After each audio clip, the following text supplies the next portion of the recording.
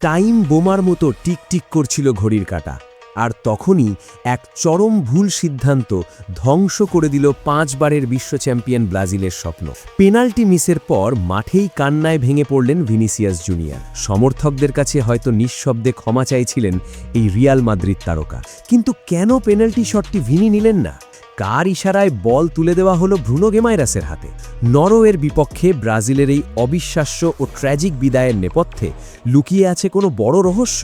জানতে ভিডিওটি একদম শেষ পর্যন্ত দেখুন। ম্যাচের শুরুতেই পেনাল্টি পেয়েছিল ব্রাজিল।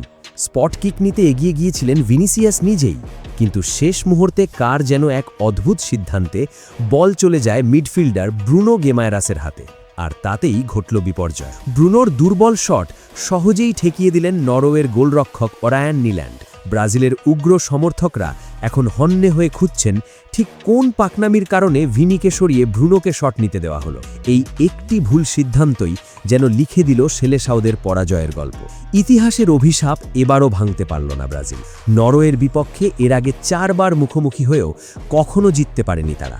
ম্যাচের শুরুতেই নরওয়ে গোল করে চমকে দিলেও অফসাইডের কারণে সে যাত্রায় বেঁচে যায় ব্রাজিল। দ্বিতীয়ার্ধে ব্রাজিলের আশার আলো হয়ে মাঠে নেমেছিলেন নেইমার জুনিয়র, কিন্তু কপাল তখন পুড়েই গেছে। যার ভয় ছিল ঠিক সেটাই ঘটল।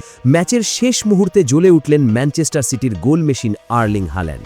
দুর্দান্ত এক হেডে নরওয়েকে এগিয়ে নেবার পর ঠিক 90তম মিনিটে নিজের দ্বিতীয় গোলটি করে ব্রাজিলের বিদায় ঘণ্টা বাজিয়ে দেন হাল্যান্ড। একেবারে শেষ মুহূর্তে ব্রাজিল আরেকটি পেনাল্টি পায় এবং সেখান থেকে নেইমার গোল করলেও তা কেবল ব্যবধানই কমিয়েছে। ম্যাচ শেষ হয় 2-1 ব্যবধানে। প্রথম পেনাল্টিতে যদি ভিনি শট নিতেন এবং গোল হতো, তবে ম্যাচের ভাগ্য আজ অন্যরকম হতে পারত। নরওয়ের বিপক্ষে 5 বারের দেখায়ও জয়হীন রইল সেলেসাওরা। কোটি ভক্তের হৃদয় ভেঙে কোয়ার্টার ফাইনাল থেকেই বিদায় নিল 5 বারের বিশ্ব চ্যাম্পিয়ন ব্রাজিল।